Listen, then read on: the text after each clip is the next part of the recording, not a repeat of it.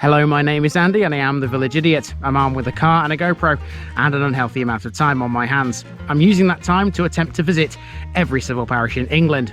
You're watching the North Kesteven series. This is a large Lincolnshire district centred around the town of Sleaford. There's 75 parishes here, so let's take a look at one of them.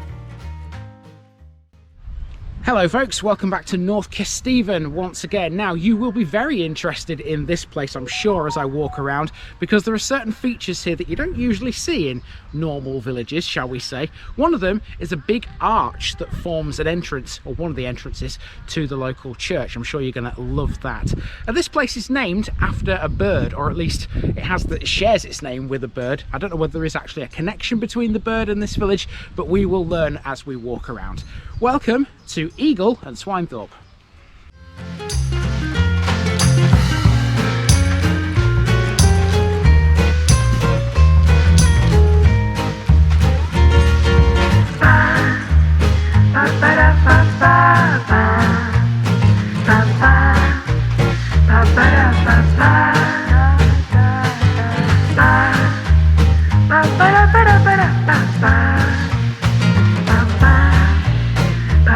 The North Kesteven series is sponsored by Gainsborough Cycles 01427 617 752. For all your cycling needs, this is your one-stop shop located at 20 Ropery Road, Gainsborough, or online at gainsboroughcycles.com. There's a link in the description.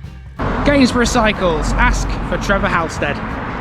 Here's my disclaimer for people who may be watching me for the first time. I say things as I would in my native accent and dialect. As a result, I may not pronounce things in the same way as the locals do. Remember, I'm a visitor. It's impossible to know everything. Leave me a comment, spin me a like, and bash that subscribe button. Let's get to today's parish video.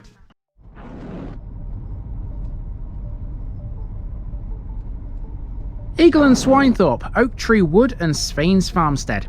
Here's a parish that proves beyond all reasonable doubt that village names really don't mean what you might think. This is Eagle and Swinethorpe, located in the northwestern corner of North Kesteven, between North Scarle and Doddington and Whisby. Despite the name, it's made up of at least 5 different settlements. These are Eagle, Eagle Moor, Eagle Barnsdale, Eagle Hall and Swinethorpe, and none of them have anything to do with animals. Scholars believe that the name Eagle means oak tree wood or clearing, and therefore there's no connection to the bird. It's a similar story with Swinethorpe, whose name would usually indicate a connection to pigs, but in this case it's all to do with an Old Norse farmer. Eagle is quite a difficult village to understand because it's so spread out all over the place. Whilst the main village is clustered around the church, further afield, the smaller outlying settlements have some really interesting stuff. It was at Eagle Hall where a preceptory of the Knights Templar was founded by King Kesteven. In 1312 it passed to the Hospitallers and became one of only 2 Templar infirmaries in England. Eagle Barnsdale features a familiar railway line, and Eagle Moor has a house, or a facade, called the Jungle. There's a lot here, so let's move and see what Eagle and Swinethorpe is all about.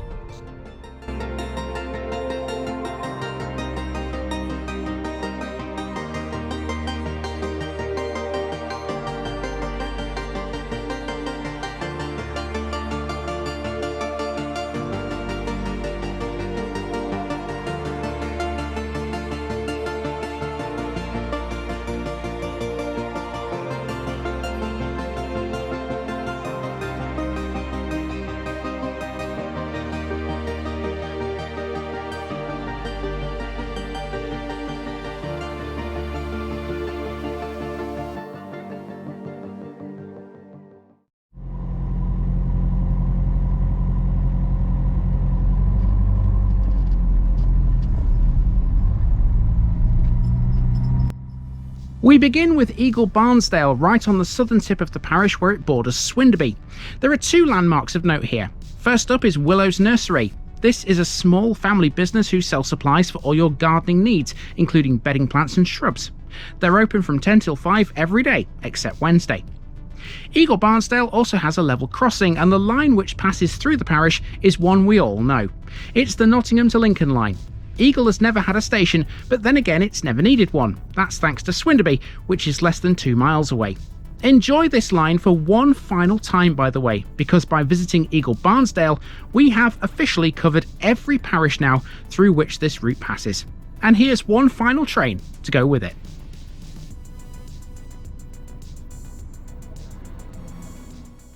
Also to the south of the main village is Eagle Hall, and this is arguably the most important settlement in the parish from a historical standpoint. It was at Eagle Hall where King Stephen founded a preceptory of the Knights Templar. In 1312 it passed to the Hospitallers and became one of only 2 infirmaries for Templars in England. Stephen's original endowment included the Manor of Eagle and the churches of Eagle, Swinethorpe and Scarle. Some remains of the preceptory can still be seen in the form of earthworks by the roadside, but Eagle Hall Farm is located on top of the rest. Eagle Hall is a modest early 18th century house. Some of its rubble walls may be medieval though. Its barn is dated 1715 and both buildings are listed. The whole thing stands on the edge of Eagle Hall Wood, 50 acres of ancient trees off the road to Swinethorpe.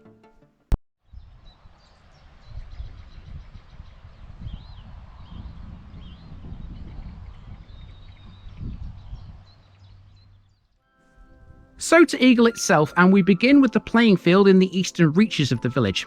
Informally known as Eagle Playground, this caters for both older and younger children. It has an enclosed play area, football goals and a humped bike track at the top end of the field. There's also a small car park. It can all be found on Thorpe Lane, which branches off the High Street. They are the 2 main roads in Eagle. There's also Church Lane, a horseshoe loop that joins the High Street at both ends, and 4 newer cul-de-sacs, which were added in the 1960s, 1970s, 1980s and 2000s. Older maps show a further street, Green Lane, which ran parallel to the High Street. It still exists, but these days it's a grass track. This would have been a back lane, similar to ones we've seen before, particularly in the East Riding. It might not look like anything now, but it does have some history attached to it.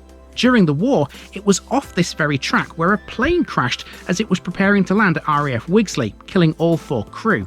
Later, we'll see a memorial which was erected for the disaster. Now at the south of the village, it's time for a montage between here and the shop.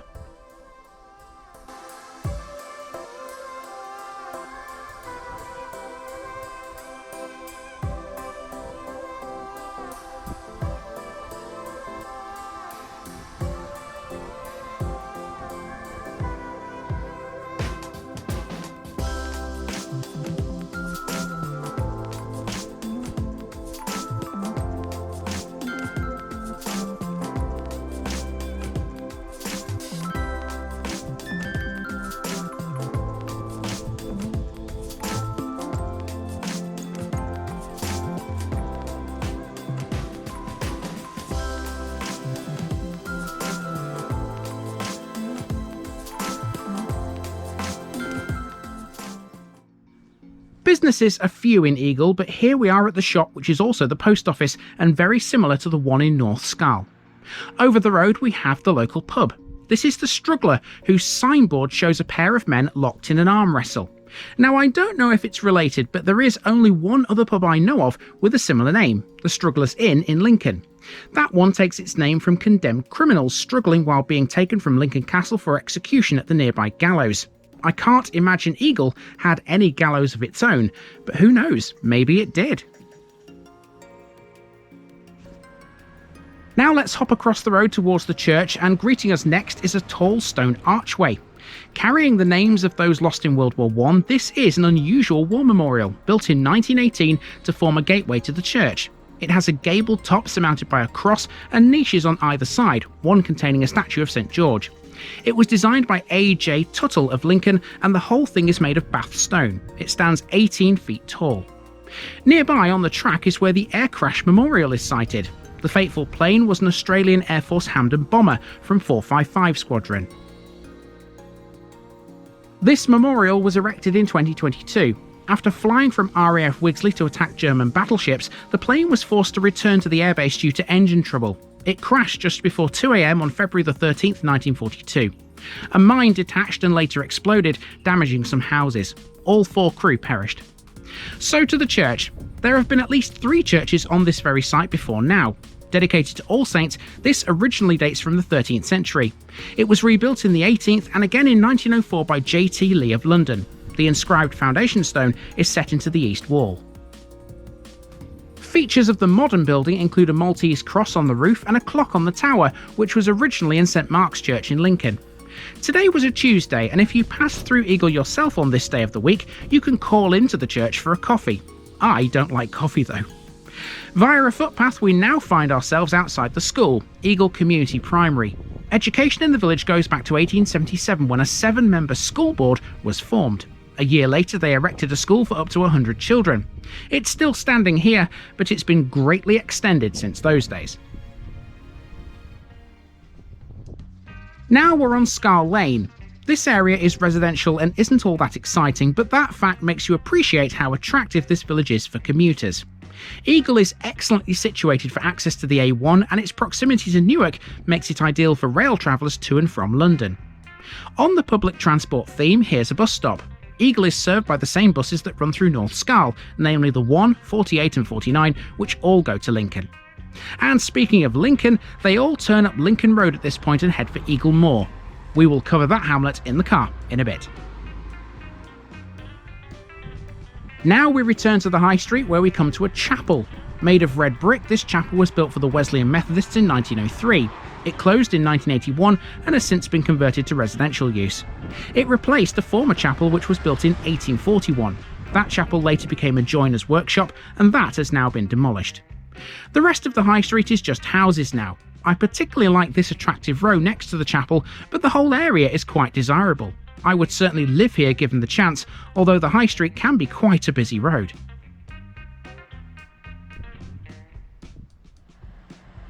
The last leg of the walk sees us cross Merlin Close, the newest of the new builds in Eagle, on our way to the village hall.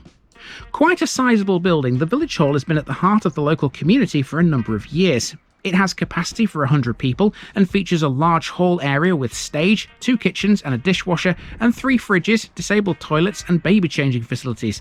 There's even free Wi-Fi. I mean, who could ask for more? It's our last landmark on the walk, but there's just time to add a TVI card to the parish notice board before we leave Eagle behind. Marvellous. And there we go, we are all the way around Eagle. From this point, it's just a simple case of walking back down Thorpe Lane, back to the playing field where this video began. Lovely place, isn't it?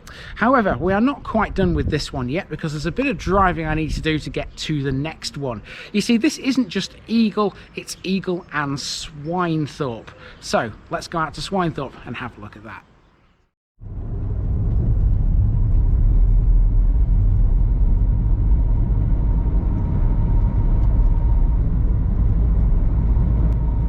Between Eagle and Swinethorpe is Eagle Moor. This is effectively just a sporadic collection of houses, but one of those houses is quite something.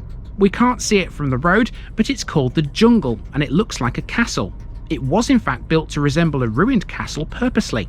It was constructed in 1820 for Samuel Russell Collett, who established a small private zoo in the parkland around the house where he kept deer, buffalo, pheasants, and even kangaroos.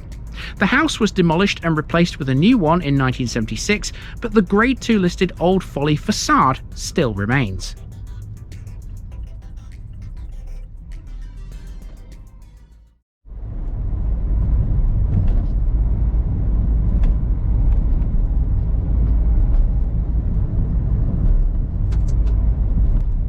And lastly, we have Swinethorpe, which lies right on the border of Lincolnshire and Nottinghamshire. You might recall we have mentioned this place before, way back in the Harby episode in Newark and Sherwood. Swinethorpe has always historically been more associated with that village and not Eagle, simply because it's geographically closer. Swinethorpe is literally one street with a collection of properties, including some big farm buildings. Its name literally means Sveinn's farmstead and has nothing to do with pigs, as you might otherwise expect. And that's it for Eagle and Swinethorpe. Let's move on to the next one in North Kesteven, although to do that I had to pass through Harby first. The boundaries are a little weird out here. Next week we're off in search of a pyramid, and no, the place isn't called Giza. See you later.